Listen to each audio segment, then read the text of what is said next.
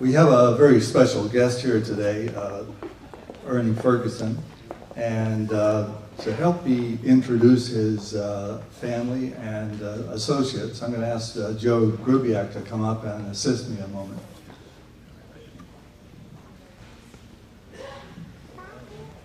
Thanks, Barry. Well, good morning. It's my honor to introduce Ernie and his family that's here, and you're about to see an amazing story of a great Marine that after 75 years decided that I'm going to go back, and there are people here that helped him do that. So with Ernie in attendance, Ernie's right up front for me, and he'll be glad to answer any questions after the briefing. But we have his brother Morgan. Morgan is a Marine that was fought in the Korean War. And then we have Dan and Deborah Ferguson and their daughter Melanie. And I learned that Melanie surprised her grandfather and flew in from California this morning. Is that right? Dan accompanied Ernie on a trip to Peleliu, and can you imagine how emotional that was for him to walk in the footsteps of where his dad did many, many years ago. And then there's Bart Ferguson and Judy. Bart had the honors to take Ernie on his honor flight before Peleliu. And it's kind of a little bit of a test. We weren't sure if Ernie could handle the airline trip to Peleliu, but guess what? Hands down, it was no problem at all. But Bart did a nice job over there, and Ernie spent the weekend there in D.C. with all the various museums that were there and being shown around, and that was really a special time. We have 3 granddaughters that are here for Ernie, as well as 2 granddaughters. So I welcome you, and as you hear about your dad's story from all of us. And there's another group over here that I want to draw your attention to, and that's over here. These are some of the gentlemen, and Cheryl went also, that went to Peleliu and accompanied Ernie on a trip, and they're a testament to really what went on over here. And one in particular that kind of stands out is Ed Dickman. He's on the end over there. Raise your hand, Ed. Ed's father fought on Peleliu, different battalion right next to Ernie's, when they landed on the beach, and Ed went there with his son. So we have quite a group here. There are many stories, and you're going to hear this here shortly over here. So I welcome you over here and enjoy what is going to go on here. Thank you. Thank you, Joe.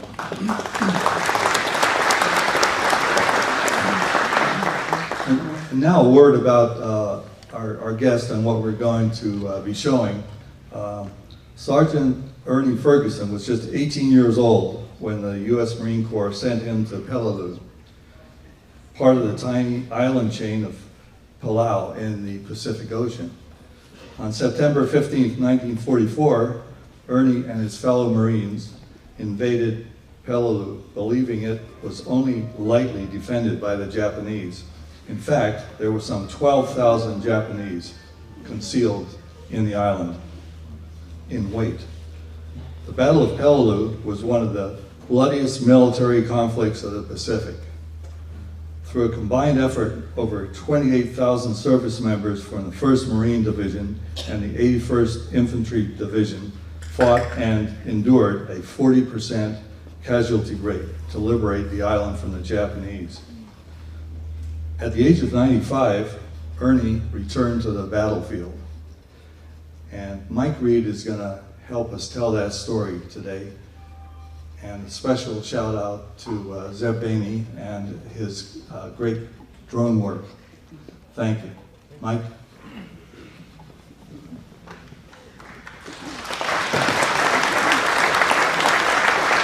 Wow, look at this. Pretty good turnout. You guys are going to hear the tips of an iceberg of a story, because I'll get the hook to get off here, because this thing goes on and on and on. But I would be remiss telling you this story if I didn't bring a couple gentlemen into it. And it's sort of a crazy deal. We've talked about, our group have discussed this amongst ourselves, about just how the chain of events happened for us to be here today to bring Ernie into this. And if one little link out of this chain would have been taken out, we wouldn't be sitting here today talking about it. It's crazy how it started. It started for me in 2011. Lady friend and I decided to go to Palau on a dive trip. And we got on a liveaboard.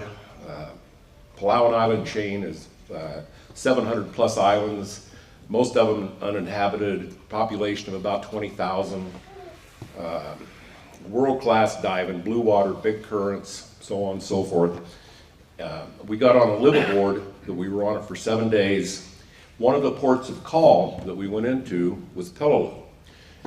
My family history, my dad's and his brothers were Marine, Navy, Okinawa, Guadalcanal, and I've always had a lot of interest in the Pacific theater. So I knew a little bit about Peleliu, and one of the places that we moored at overnight was the island of Peleliu. And we dove the invasion beach. It's about 2,200 yards, I believe. There's orange 1, 2, 3, white 1, 2, 3. And the diving on the beach is gin clear water, 84, 85 degree water. You don't need wetsuits. There's tons of unexploded ordnance, downed, not aircraft, but Amtraks, landing crafts, so on and so forth, tropical. It's a diver's paradise, okay. We dove the beach. We did a quick little land tour.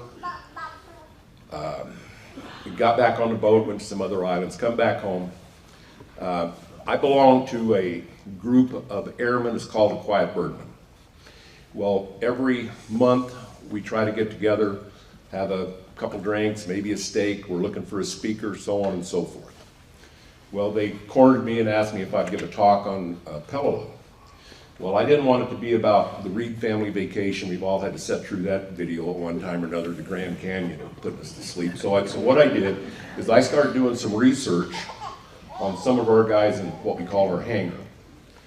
And one was Toby Gandy, one was Guy Johnston, and one was Les Johns. And I started doing some research because I wanted the story to be about those guys.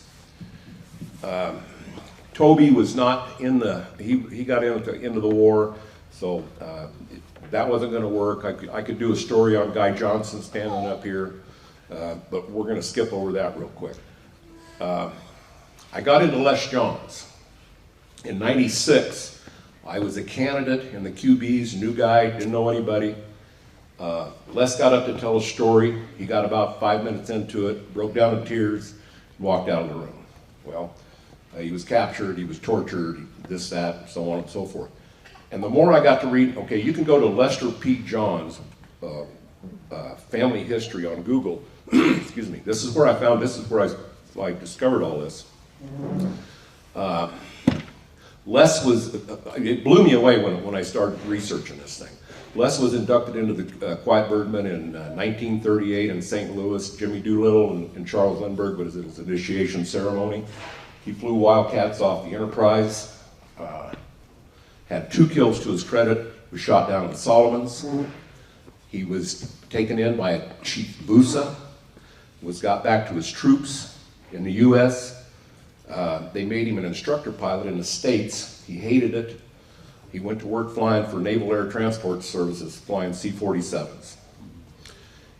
In his biography / autobiography, Les had some help, and I'm remiss in the fact that I didn't get to know Les very well. He passed in 2000, 2001, something like that, and I think there was a little dementia setting in there at the end, and I never really, exchanged pleasantries, but I never really got to know the man, and it's, you don't know how many times I've kicked myself in the butt for not doing this, but anyway. Les, in his biography, he talks about doing a forced landing during the Battle of Peleliu in a C-47, losing a bunch of stretcher cases and his co-pilot.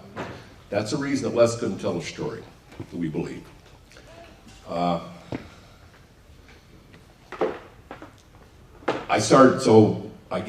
got into it deeper. All of a sudden there's a picture of, in the research for this, C-47 battle, Peleliu, blah, blah, blah, Google. Here's a picture of a C-47 taken in 1984 on the island of Angar. Angar is 6 miles to the west of Peleliu.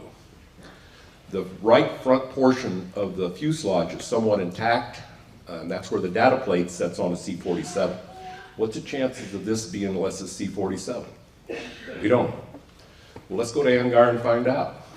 So I got a couple gullible buddies over here that I talked into getting on a boat with me and or getting on an airplane, and so we're going to go over there, get a boat from Peleliu over to Angar, chip the data plate off the airplane, and what we were trying to do is we can't trace less to the airplane, but we can maybe get through DOD, take the data plate and trace the airplane to less. That was our intent. We show up, there was John and Brian and I and a couple of crazy ladies that went with us, and at any rate, we get over there, we go to Peleliu, we're hanging out on Peleliu. There's no Motel 6 there, it's bamboo huts that we're staying in. We get a boat guy to take us over to the island of Angar. They don't like the open ocean. All these islands that are in the reef chain they're called the Rock Islands, are relatively easy to get to, considering Angar is open ocean, and they don't like going there. Big seas, big currents. If there's Gilligan's Island to start the minnow, whatever it was, I mean, that's us. We're in this little boat going over to this island trying to get over there. Boat guy doesn't like it. We got about 6 hours on the island to go find a C-47 to get the data plate off of. We show up in flip-flops, t-shirts, shorts, cooler with refreshments. Gonna go chip the data plate off the airplane. What we really needed was long pants, long shirts, boots, machetes, and chainsaws, and bug spray. Okay. We come back empty-handed, and I felt pretty stupid. I told these guys later when we come back empty-handed, we went back to Peleliu, and the next day we went to Kilroy, got on the dive boat, did the dive boat thing for a week. But I told these guys, you're going to have to be more careful who you let lead you halfway around the world on some wild goose chase. All right? All right. So back about 2 weeks, and Brian calls me up, and he says, Mike, you've got to meet Bud Cook. You've got to meet Bud Cook. All right, well, meet Bud Cook. Who's Bud Cook? So he brings him out. Guy's as sharp as a tack. All right? He was a Navy Seabee. He was trained to be a UDT diver. And Bud's story, I interviewed Bud on 4 different occasions, and his story was so incredible, it was unbelievable. At first, I didn't believe it. And I started documenting times, dates, places, so on and so forth. And he was sort of spot on all of it. And the more I interviewed him, Bud was captured. Okay, back the story up. Brian is walking, he's a neighbor of Brian's. They're walking down the street. They're, hey, how you doing? Walking on the sidewalk one day. Brian mentions the fact that we just got back from Peleliu and Angar, and Bud says, yeah, that's where I was captured. You were captured, okay? So I sat down, we started interviewing Bud. Navy UDT diver. He dove on 11 different invasion beaches, and basically what Bud's job was is they would put him in on a submarine. They were flippers, trunks, a mask and a snorkel, K-bar knife, a grease pad, and a rope and they would go in and sound the harbor on these invasion beaches. They would go in at night, sometimes they'd shoot them out of the tubes in the submarine, or they wouldn't shoot them out of the tubes. They would load the tubes with water in the submarine and they'd swim out. This was before all the high-tech dive lights, scuba equipment, all this. This is pretty ballsy stuff, okay? And I asked Bud one time, I said, did the sharks and whatnot bother you at night? And he said, well, they'd brush up against us a lot. And he said, they were real rough and they'd chafe our skin. He said, but what really bothered us, we'd get the jellyfish and we couldn't see the jellyfish at night. And for any of you that's been in jellyfish, sort of a big deal. But anyway, Bud was on a bunch of these. He was technically the first one in, okay? They would sound the beach, figure out what the depths were, so on and so forth. And a lot of times, they would go in with the first wave because they knew where the desalinization plants were and so on and so forth. Then after the battle, Bud was a Seabee. He would clean up the battle, to take care of the Japanese bodies, repair the runway, go on to the next one. So you could sort of say he was one of the first ones in, one of the last ones off. Bud he went in, during the Battle of Peleliu. There was also the island, the Army was trying to get into Angar to take it. And they didn't swim into this beach, they took rubber rafts into this beach off the submarine bowfish. This is all documented. Two-man rubber rafts, there were several of them. Bud they were spotted when they got on the beach. The rest of them got their motors started on their rafts and got out. They were all shot out of the water, they were all killed. The only ones that weren't killed was Bud and the guy that was in his boat with him. Bud told me that he never knew what happened to that guy. He was taken to, let me back the story up. He was being interrogated by a Japanese lieutenant on Angire, and he had pants and boots on, and he dropped his pants to be frisked, but the Japanese guard wouldn't get down on his hands and knees to frisk him totally. It was beneath him to do that. But Bud had a .45 automatic stuck in his boot. The Japanese lieutenant that was interrogating him called him a son of a bitch, and Bud says, I doubled my fist up at him, and he says, they took me over and took hot irons and burned my hands. And he had scars to that day where his hands were burnt and he couldn't make a fist. They put him on a ship, on a freighter with some Australians, and they took him to Leyte Gulf in the Philippines, to a prison camp called Tacloban. On that ship were 2 American pilots. What's the chance of this being less? What's the chance of this? We're trying to connect the dots here, okay? Not saying it was, because Bud never did know who it was. Bud told me that he knew that he was going to be killed on Tacloban. He was later a witness in the war crimes trials, and he was sworn to secrecy. He observed some of the atrocities that the Japanese committed on our troops, beheadings, summary executions for no reason at all. And he said, I knew I was going to get killed. And Bud to the day he passed, he had been hit in the face with a rifle butt. And he said, I knew this guy was going to take me out. And he said, I went and dug my pistol up that I had hidden. And he says, he was the first one I took out. I got his rifle, and he says, I wound up taking 11 out along with him, 11 total, before he got out of the prison camp, him and a guy in the Army. And he stayed in the jungle, and this is where I'm going to really start. We can do a whole story on this. But Bud told me he was in the jungle for a couple, 3 months, and they would send out patrols looking for him. And he said, I loved my cigarettes back then. And he says, I've killed more Japanese with a K-bar knife. The last man in the patrol, I'd get his cigarettes and his rice balls. And he says, I've got weapons hid all over the jungle at Tacloban. Well, MacArthur come in and rescued everybody, and they got him home. And when I was interviewing Bud, I was at one of the interviews, I was at his house, and he was telling me the story. And he says, you want to see the 45? And I said, you got it? Wow. Yeah. And so he goes to the bedroom, comes out with a 1911 and stuck it there on the table. And he says, I kept one bullet. He says, they were not going to take me back alive. He said, and so the story, but he described the beat. So we gather back up with renewed interest. All right. Now we're going to go back to Angire with our act together a little bit, so we think. And this time we're going to come up with the data plane on the airplane. Bud described the beach exactly as where he was captured and showed us on the map, so on and so forth. So Brian and John, myself, Joe, and my grandson, we make arrangements to go to back to Peleliu. We're going to hang out on Peleliu for 3 or 4 days, stomp the jungle on Peleliu. There's tons of airplanes in the jungle, Army tanks, unexploded ordnance, they're everywhere. It's sort of hard to get to, and it hasn't been picked through, I'll put it that way. They want you to stay on the trail because of the unexploded ordnance, and I mean, it's a sight to see, an experience. So we're going to go back and stay on Peleliu. This time we chartered a 206 to pick us up on Peleliu and fly us over to Angire. So we had a little time to spend. And we wouldn't be rushed with the tides and so on and so forth to get on and off. We also put up a $500 reward for someone that could lead us to this airplane.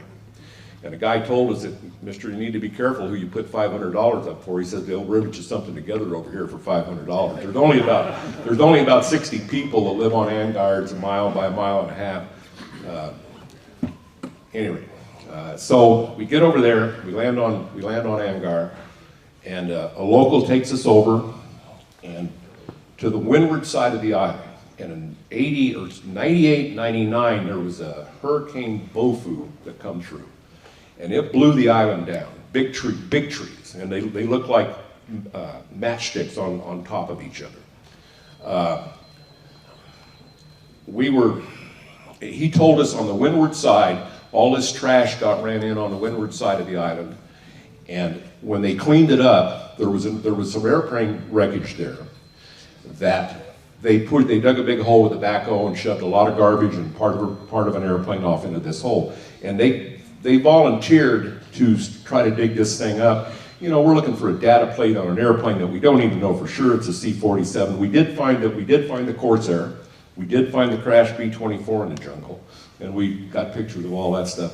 But we pretty much put the C-47 to bed. We're not gonna, and the whole idea was to be able to come up with a memorial for Les here at the Warhawk, and we wanted to duplicate the memorial and take it to the Flaybob headquarters, or the QB headquarters in Flaybob. That was the whole idea behind trying to come up with this data plane. But we put it to bed, and we went and got pictures on the beach where where he said he was captured. It was exactly as he described it. Where the gun emplacement was, the concrete was where the gun emplacement, where they took everybody out. Joe Grubiak's son-in-law, Eldolfo, give us his battle flag. He's Colonel Marine Corps right now. But Eldolfo give Joe Jr. his battle flag. We took it, that he flew at Iwo, he flew to obviously Afghanistan.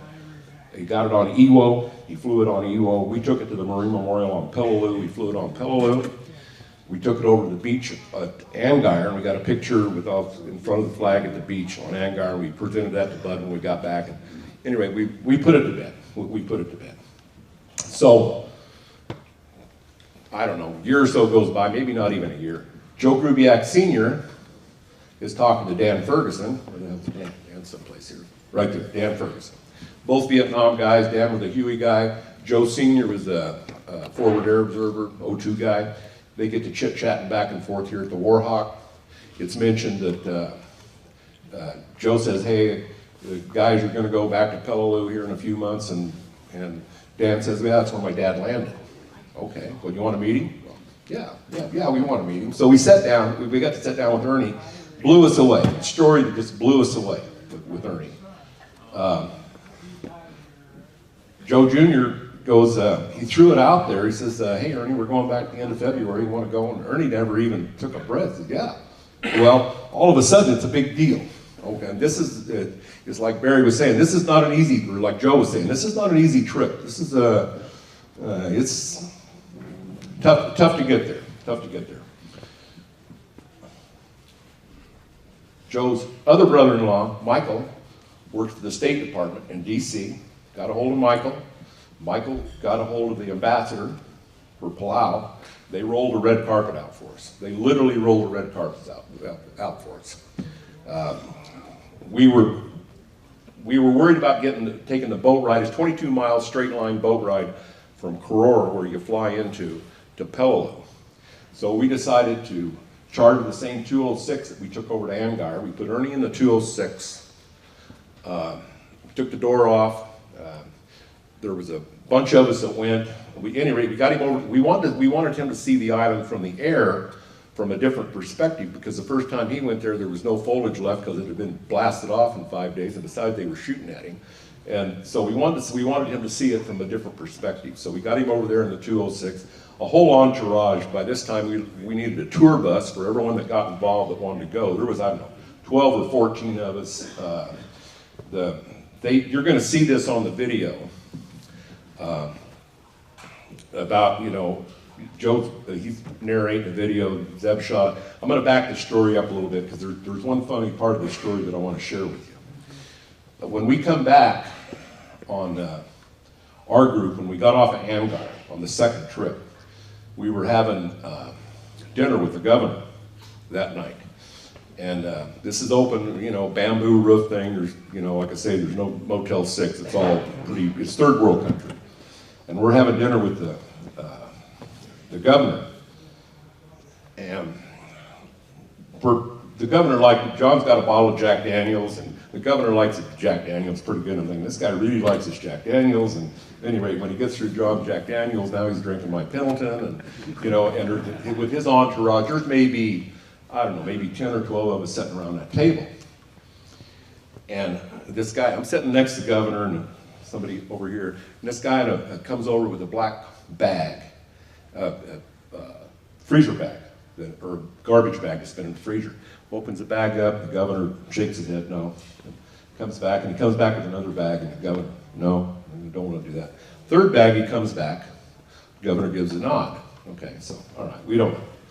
And, you know, maybe an hour or so later, a big dinner comes out, big stir fry, and it's turtle, okay? And this guy sitting next to him, he goes, this is a big deal. You guys are getting to eat dinner with or have turtle with the governor. The only one that gets to eat turtle is the governor. So this is sort of a, okay, all right, big deal, all right. So the next morning, we're going back to Kilroy to get on the dive boat, the three of us. And we're a little peaked maybe. And, you know, going over the seas. And I asked Des, our boat guy, I said, was there octopus or squid in the turtle? And Des went, no, he said, just turtle. And I said, well, what was the long stringy stuff? And he says, oh, that was the intestines. I went, oh, the intestines. Now, John's got a little issue with boats, okay? He's got history with boats. And I turned around and looked at John, and he's just white. And he's got this real stoic look on his face, and I says, hey, you ate turtle guts right along with the rest of them. So, you know, like, at any rate, we got back. The trip was, with Ernie, it was so phenomenal. Give you a little insight, and it might come up in the video, I forget. Ernie shared with us that he was a BAR guy, and his objective was to get to the other side of the runway. That was their objective. And he says, I'm not trying to brag, he said, but I never seen anyone in front of me, and he said, I never seen anyone to the side of me. So we're thinking that he was maybe one of the first ones there, and we're almost positive he was the last one there. Because when we got out, we barely made it back because of the COVID. If it had been 3 or 4 days later, we might not have got back into the States. And I've stayed in contact with one of the gals there on Peleliu, one of the cooks, and we emailed back and forth, and we were the last group to ever be there. I mean, there's only 400 people that live on Peleliu, and we were as far as I know, one of the last groups. So I can't guarantee you, but I think you were the last one there, Ernie. So, but one other side note, and I'll shut up. We were walking on, and the bunch of us we walked this beach and, you know, checked it out and so on and so forth. And there's a video of Ernie walking down this beach, and right after that video was taken, he pointed out, he says, I think this pillbox is over here. And we already knew where this pillbox was, this concrete reinforced pillbox, and Ernie hadn't seen it for 70-some years, and he was going to point it out. Anyway, he described it, how they took the pillbox and so on and so forth. But it was a hell of a trip, and thank you, Ernie, and it was all about making this thing happen for us. The video was done that you're going to see, was done by Zeb Bainey. And where's Zeb? I'm going to give him where'd Zeb go? He's on diaper duty. Diaper duty. So diaper duty, he's supposed to be up here talking, for God's sake. Zeb, where are you? Get over. All right. I got to tell a little story. I got to tell a little story. Joe was the point man on this. Joe Jr. was the point man on this. And we tried to get PBS involved in it. And they were all red hot to go. PBS was going to do some, you know, documentary, and they had to have a film guy, a sound guy, and somebody else. And pretty soon it got to be their show instead of our show. It was on their schedule instead of our schedule. But we wanted some professional. We knew what we had available, what we were getting ready to do, and it's something newsworthy, and something that people were going to be interested in. So it didn't take us long to get rid of. Oh, by the way, they wanted to pick up the tab for all of them, and so that sort of got to be a big deal. And besides, Zeb doesn't do bad with a camera. He works for free, and he can buy his own damn plane ticket. So that's how Zeb got the business. That's how Zeb got the deal. So I'm going to give this over to Zeb right now. Thank you.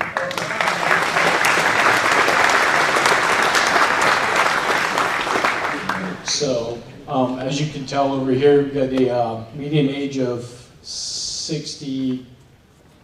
Cheryl's the youngest. Cheryl's the youngest. But anyways, not technologically, they're inhibited. So I was kind of put to the task, and I knew how important it was to capture the moment Ernie had returning back to Peleliu. And I just hope I did it justice. And I hope you all enjoy the video. It's going to be an honor to watch the reactions and sit here and enjoy it with you. I've probably seen it a million times. So, yeah, here we go. Let's play this thing.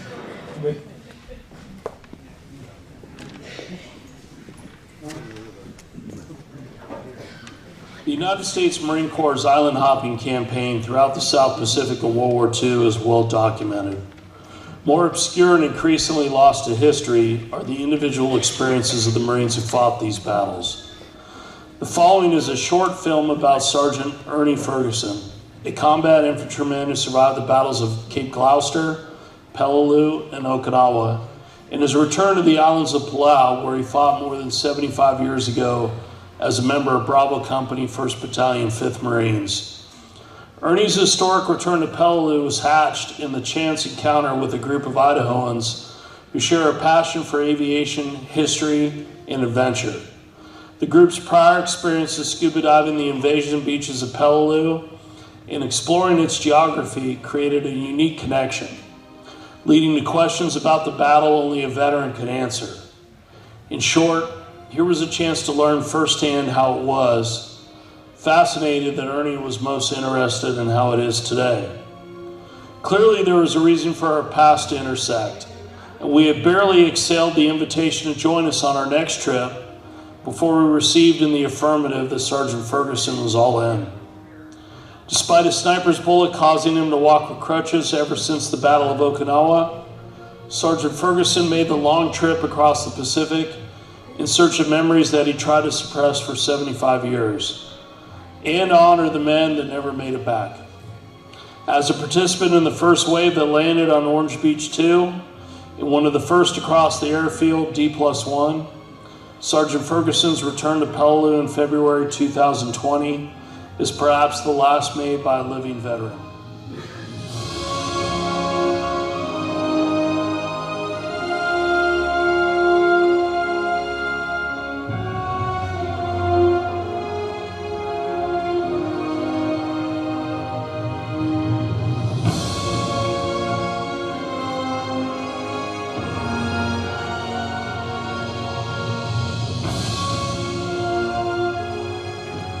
My name is Ernest S. Ferguson, B Company, 1st Battalion, 5th Marine Regiment, 1st Marine Division. I was discharged with a sergeant's rating from the Marine Corps in 1945.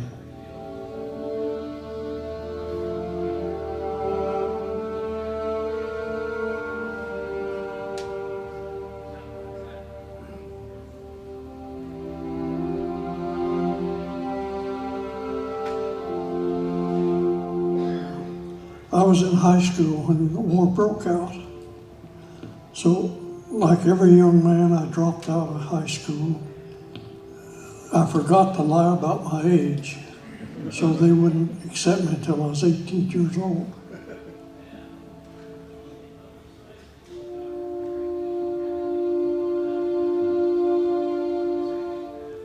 I spent 75 years trying to forget. So a lot of what happened is blank. 30 some odd days, I think, is on Peleliu. And a lot of it is blank. I was hoping to go before I come here, where something might refresh my mind on what taken place. But I may get a flashback and I may not, I don't know. I carried a BAR, it's a Browning automatic rifle.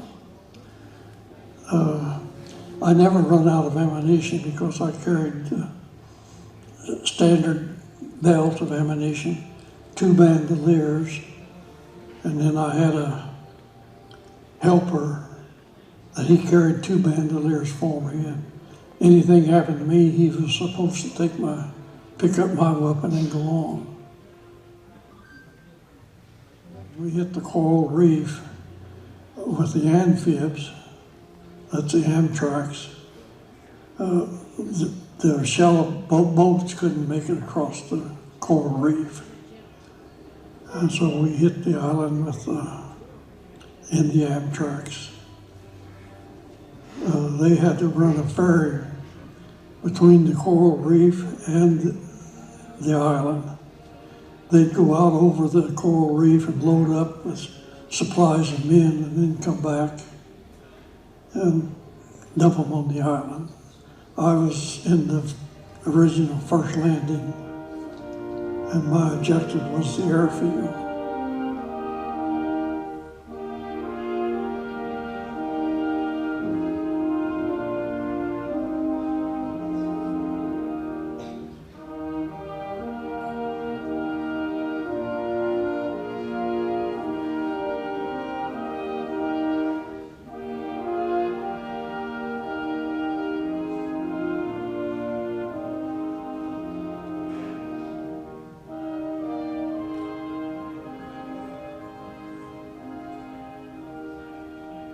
Originally, our attempt to hit the island was to take the airfield that day, but with the Japs' tank attack, we couldn't make it. And it's a good thing we didn't get started, because if they'd have caught us out in the airfield with the tanks, they'd have done an awful lot of damage. And all we had there with us was small arm fire. We didn't have bazookas or flamethrowers, but our tanks did finally come up, and then the aircraft come over as they were shooting at the tanks, and the empty cartridges off of their airplane was landing on us like hail.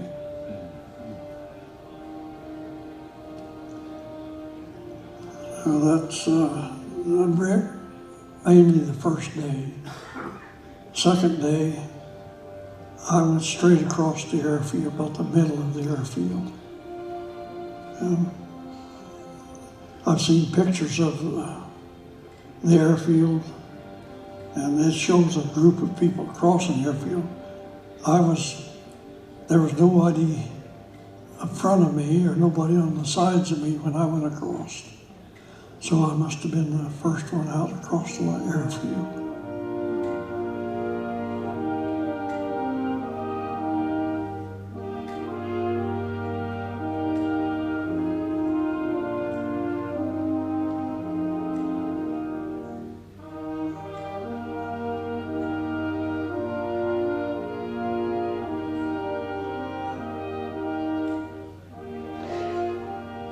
And I set up on the other side of the airfield, to the right of the burnt-out buildings and damaged buildings that was there.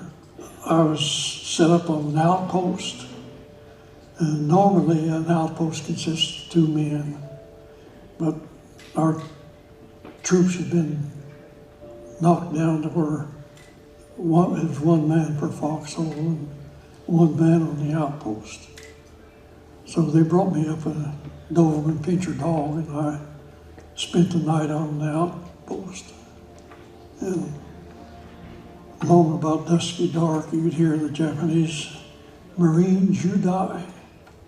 So, don't you know that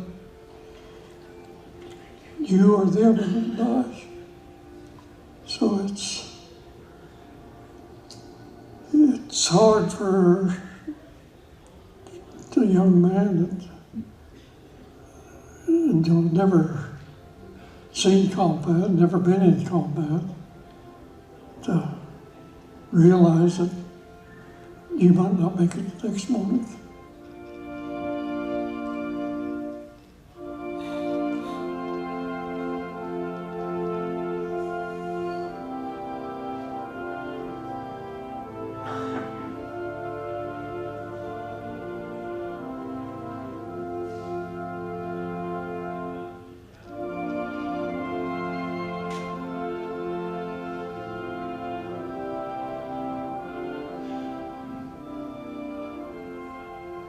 Give us a position to hit, and after 3 days of not sleeping, you go into a mode that you operate on your knowledge of what you're supposed to do. And nothing else interferes with that. They give you a position, you go for it. I get kind of emotional because I realize how many men we lost there.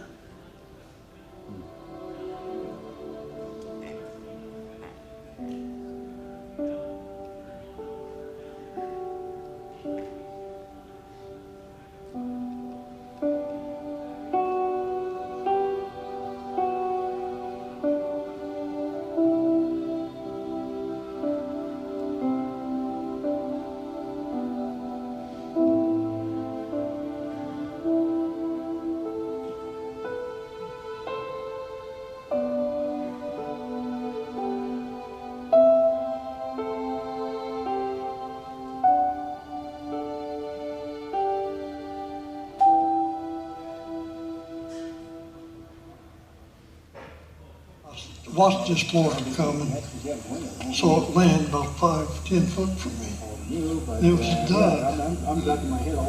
So I knew the next one, they had me spotted.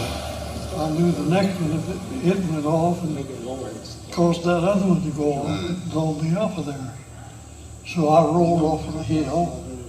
I met up with 2 other guys, and we walked around and looked into when we rounded the corner, we're staring in the mouth of the 75 artillery piece and the machine gun.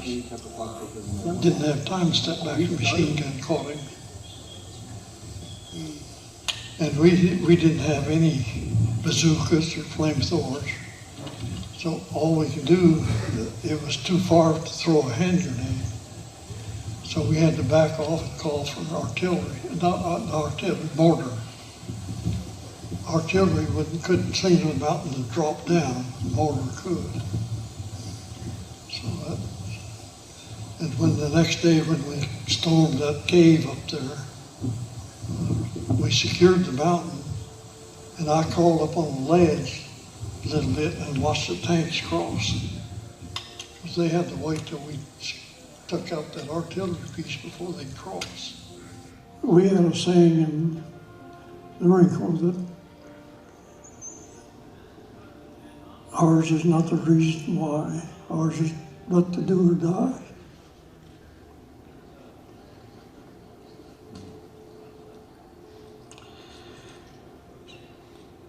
So you wasn't assured of anything.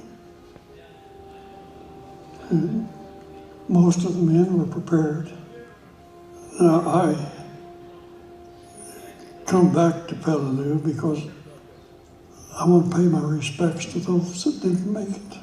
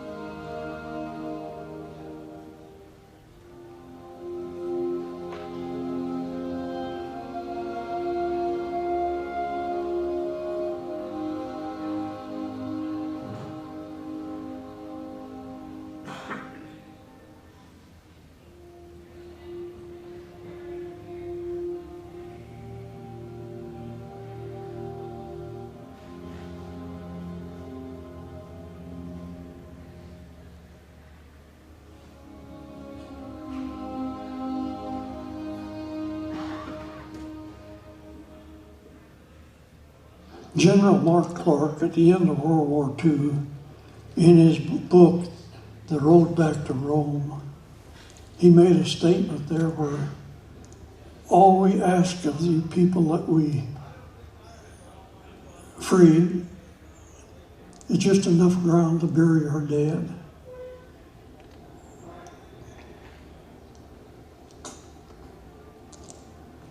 That, to me, is what freedom is all about. It's worth dying for.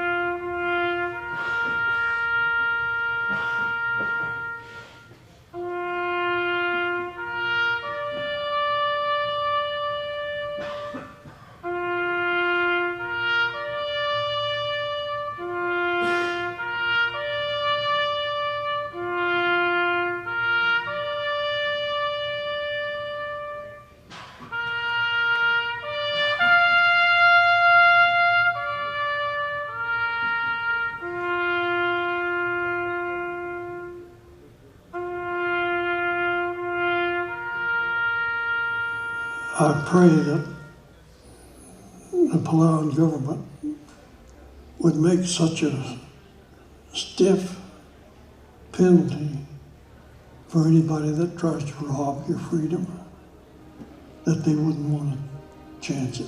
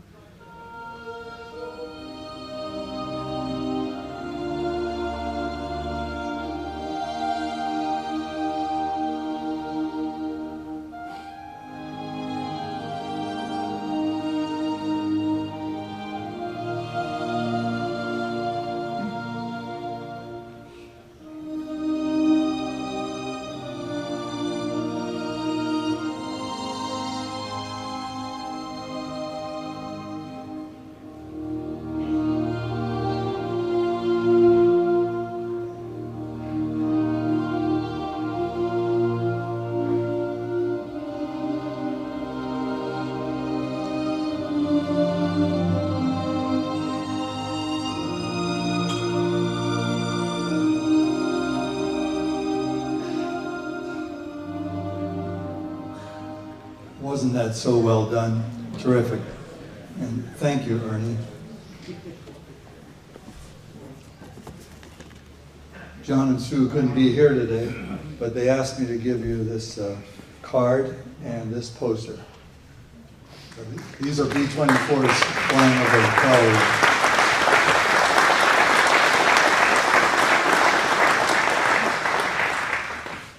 Perhaps we have time for one or two questions. If you have them, maybe Mike could answer.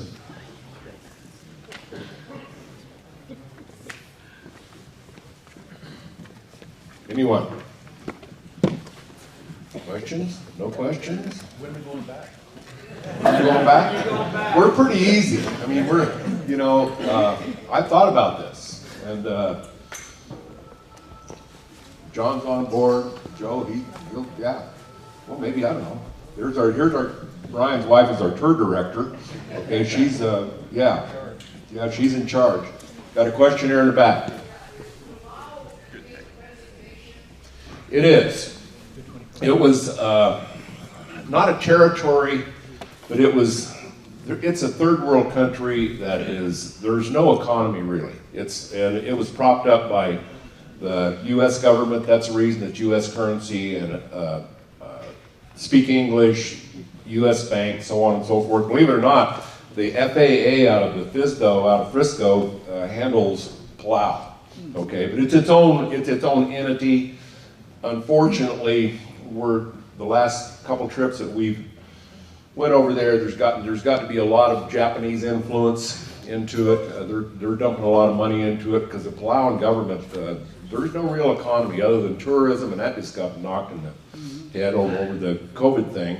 There's a little bit of fishing, a little bit of tourism, and other than that, that's it. And like I say, the tourism is real lax because it's so hard to get to. But to answer your question, it is its own country.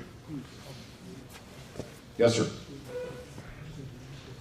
Are there copies of that film for sale? You can go on YouTube and get it. Just YouTube Ernie Ferguson, and there it is. It's for free. Yeah. Anybody else? Yes, sir. Your search for the C-47, was that put to bed because you searched that island? Well, we put it to bed because we're not for sure. It was lessons. Okay, we were trying to connect some dots, and it was maybe far-reaching, But I mean, the timeline that when Les said he did the forced landing, and when Bud was captured was within about a week, right there. And Bud was on the ship with two pilots. That was the reason that we went back. That's why it was renewed. To go back over to Amgire and dig up, they offered to, as I stated, they offered to dig this thing up, but we're looking for a data plate in a pile of aluminum with a bunch of other trash. Would I go back and look for it? With a whole lot of help maybe, but I mean, for us, for our limited, you know, we're all working stiffs. We're all blue collar working stiffs. So this was a big trip. Every time that we went over there, every time that we made this trip, it was a big commitment for us, because it's 10 days, 2 weeks out of your work, you're paying for it, it's not cheap to get there, so it was a big commitment to make it happen. Would I go back? Oh yeah, I'm pretty easy, yeah, I'd go back. Anybody else? Yes, sir. I'm sorry, say again? Where exactly is the island? The island is 700 miles southwest of Guam, about 550 miles this side of the Philippines. And it's not one island. There's over 700 islands in the chain. But they're all, most of them are called rock islands or small little outcroppings with vegetation growing on them, from anywhere from 20 feet across to a quarter mile across. But they're called the rock islands. But it's out there. It's yeah. You can't get. It's hard to get there from here. I'll put it that way. Anybody else? Well, that was easy. Yes, sir.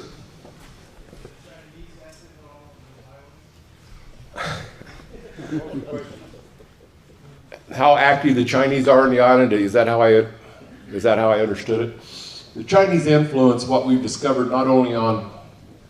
We try to go someplace every year. Our bunch were divers, and we try to go someplace every year. It's amazing the Chinese money that are put into some of these third world islands, countries, so on and so forth. On one of the states on the Peleliu island, and I can't think of the name of it because it's like the main island, and I always screw this pronunciation up. It's called Batlabab, and that's. I trashed the pronunciation of it right there. But there's like 5 separate states on that island. Each state has its own capital. Some of the states, some of the capital, there's no one there. But they're independent unto themselves. The main island is, I don't know, what is it? Let's say, what, 20 miles long, maybe 6-8 miles wide, whatever, all right? One of the states, and this blew us away, they have a replica made out of styrofoam of the U.S. Capitol building. You pull up to this thing, and there's the columns, there's the rotunda. It's what, maybe 3rd scale, 50% scale. What would you guess it? Every bit of that. Okay, it's pretty good size. You don't want to lean up against the column because you'll actually put it, and you can fire a cannon in this thing and not hit anybody. It's empty. But that was Chinese money that did all of that. And it was millions and millions of dollars. But no one's there. So, yeah. Yes, sir. Is there a cemetery on the island, or? No, we got all of that footage was the punch bowl in Arlington, obviously, but that footage was of the punch bowl. We got all of our dead off of it. Ironically enough, I think it was the second trip that was there. You'll notice there was on that video with Ernie, there was a concrete pad on that runway. And what that concrete pad was about was there was a lot of the Japanese, that island is honeycombed with caves. It's a lot of up and down. It's called the Umbrogle Mountains in it. I think they go up to 500 feet, I believe, Ernie, or something like that. Real spiny. They are honeycombed with caves when they were they were mining the phosphate off of it. A lot of the Japanese were entombed in these caves. Now every time that we went there, we were up stomping through the jungle, and there's just so much unexploded ordnance and stuff that you don't see that's off the beaten path. But where I'm going with this is that the Japanese wanted to get their remains back. And they were trying to negotiate with with the Japan government they wanted Japan to step up and write some checks because they need some revenue source, okay? The story was that pad was put down so a helicopter could come in and land with one of the big shots in the Japanese government, and they were going to negotiate getting some of the remains out of the caves. All of our guys are off there. There's no, we have the videos that you've seen was the Army Memorial, one was a Marine Memorial, but there's a lot of, you can go in these caves and there would be, where Nakamura committed seppuku. I mean, we were in his cave, and there was a lot of the beds and the personal articles and so on and so forth. And the Japanese wanted the remains. There was one cave, and I don't think we ever got there. There was supposed to be one cave. It was, I don't remember the name of it. It's where they were supposed to, and Ernie probably knows a whole lot more about this than I do. But supposedly, towards the end, we pushed the Japanese to the north. They were in a cave, and it was blasted shut. There was a lot of remains in this cave that the Japanese wanted to get in and to bring back to Japan. The Peleliu government was going to make them pay for it. Whether or not, and that concrete pad that we walked on was supposedly for the helicopter to land on that runway. Whether or not that ever happened, I don't know. Sorry, I couldn't answer the question better than that. It's pretty easy, guys. All right? Great. Okay. Thanks very much.